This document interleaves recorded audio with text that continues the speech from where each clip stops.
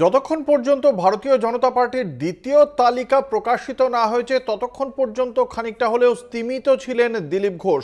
কিন্তু দ্বিতীয় প্রার্থী তালিকায় বর্ধমান দুর্গাপুর কেন্দ্রে তার নাম ঘোষণা হওয়ার পরেই পুরনো ফর্মে পাওয়া গেল দিলীপ ঘোষকে। ফের কুকথা তার মুখে। এবার রাজ্যের মুখ্যমন্ত্রীর বাবাকে তুলে তিনি কথা বললেন।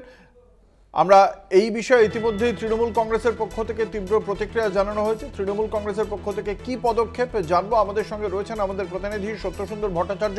সত্যসুন্দর, তৃণমূল কংগ্রেস কি পদক্ষেপ করবে এর প্রতিবাদে?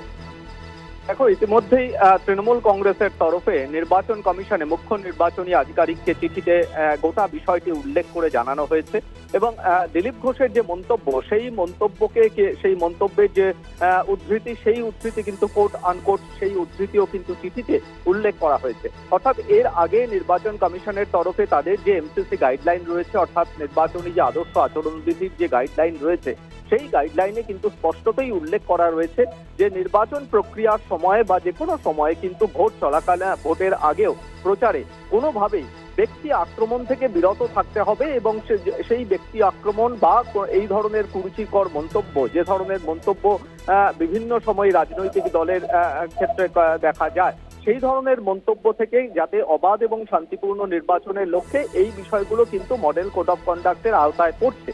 এবং তারপরেও যখন ফুল বেঞ্চ, নির্বাচন কমিশনের ফুল বেঞ্চ শহরে আসে, তারা যখন বিভিন্ন রাজনৈতিক দলের প্রতিনিধিদের সঙ্গে বৈঠক করে, তারাও কিন্তু এই রাজনৈতিক দলের প্রতিনিধিদেরকে তাদের এই এমসিসি যে গাইডলাইন রয়েছে সেই বিষয়টি তাদের মনে করিয়ে দিয়েছেন। এমনকি মুখ্য নির্বাচন কমিশনার রাজীব কুমার নিজেও কিন্তু এই ধরনের রাজনৈতিক প্রার্থীদেরকে এই ধরনের মন্তব্য থেকে বিরত থাকার জন্য অনুরোধ জানিয়েছিলেন। কিন্তু তারপরেও বর্ধমান দুর্গাপুরের বিজেপি প্রার্থী দিলীপ ঘোষের যে এই মন্তব্যকে ঘিরে কিন্তু রীতিমতো তৃণমূল কংগ্রেসের তরফে তাদের যেরকম প্রতিক্রিয়া পাওয়া গিয়েছে, তার প্রতিবাদে তারা যেরকম বিভিন্ন সময়ে প্রতিবাদ দেখিয়েছেন, আজকেও কিন্তু দিলীপ ঘোষের এই মন্তব্য নিয়ে তৃণমূল কংগ্রেসের তরফে আজকে মুখ্য নির্বাচনী আধিকারিকের দপ্তরে চিঠি দিয়ে সরাসরি অভিযোগ জানানো হয়েছে এবং সেখানে দিলীপ ঘোষের মন্তব্যকে যেরকম উদ্ধৃতি করা হয়েছে, কি ধরনের মন্তব্য তিনি মুখ্যমন্ত্রী মমতা বন্দ্যোপাধ্যায় সম্পর্কে করেছেন, তার পাশাপাশি যে মডেল কোড অফ কন্ডাক্টের যে গাইডলাইন রয়েছে সেখানে নির্দিষ্টভাবে যে বিষয় থেকে বিরত থাকার কথা বলা হয়েছে, শুধুমাত্র তাই নয়, মহিলাদের সম্মান রক্ষার ক্ষেত্রে কিন্তু যথেষ্ট সজাগ থাকতে হবে, যথেষ্ট সতর্ক থাকতে হবে রাজনৈতিক দলগুলোকে, সেই বিষয়েও কিন্তু এমসিসি গাইডলাইনে রয়েছে।